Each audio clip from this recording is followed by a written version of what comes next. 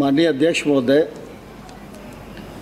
अगर किसी बिल का राजनीतिक विरोध हो तो मुझे आपत्ति नहीं है, लेकिन वैसे मैं इस मत का हूँ कि किसी भी कानून के बारे में अगर मत व्यक्त करना है तो उसकी गहराई तक जाना चाहिए।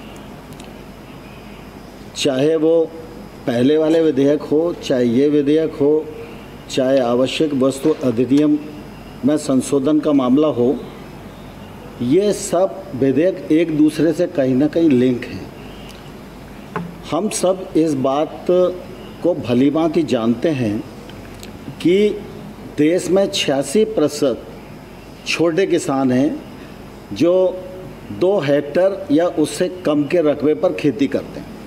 ये जो छोटा किसान है, वस्तुतः इस छोटे किसान को उसके उत्पादन का वॉल्यूम इतना कम होता है कि वो एमएसपी का भी फ़ायदा नहीं ले पाता, और छोटे रकबे वाला किसान स्वयं भी अपने खेत में निवेश नहीं कर पाता और कोई दूसरा भी उसके खेत में निवेश करने को तैयार नहीं होता।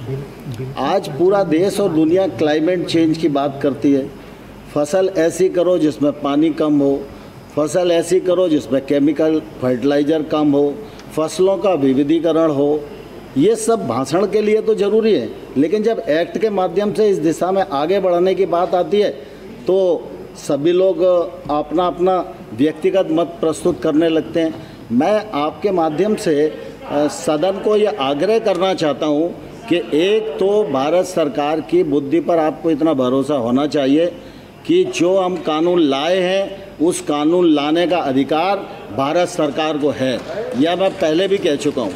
और दूसरा, ये जो मिनिमम मूल्य वाला आश्वासन एक्ट है, इसमें किसान को सिर्फ फ़ायदा ही फ़ायदा है। कोई भी व्यक्ति अब इस बिल के बाद किसान के खेत तक पहुंचेगा, और किसान के खेत के मामले में किसी भी प्रकार का करार इस बिल में निषेध है। खेत का मालिकाना हक किसान का होगा, खेत के बारे में किसी प्रकार का करार नहीं हो सकता है। ये करार होगा सिर्फ फसल का। मैं अपने गांव में जाता हूँ, 5 बीघा वाले किसान को बोलता हूँ कि तुम आम की खेती कर लो और तुमको अच्छा दाम मिल जाएगा, लेकिन मैं उसे सलाह दे सकता हूँ, सरकार की किसी योजना का लाभ दे सकता हूँ, आम का खेत लगवा सकता हूँ, लेकिन उतने छोटे से रकबे के किसान से कोई आदमी हैदराबाद या दिल्ली से जाके आम खरीदेगा, यह व्यवहार में संभव नहीं होता है। इस एक्ट के माध्यम से खेत विकसित होंगे, निजी निवेश खेत तक पहुंचेगा और खेत तक तकनीक पहुंचेगी, खेत तक पैसा पहुंचेगा, और अच्छी और वैश्विक गुणवत्ता के आधार पर एक किसान खेती करेगा, उत्पादन करेगा, और जब वो अपनी फसल को बेचेगा तो उसको उत्पादन का उचित मूल्य मिलेगा।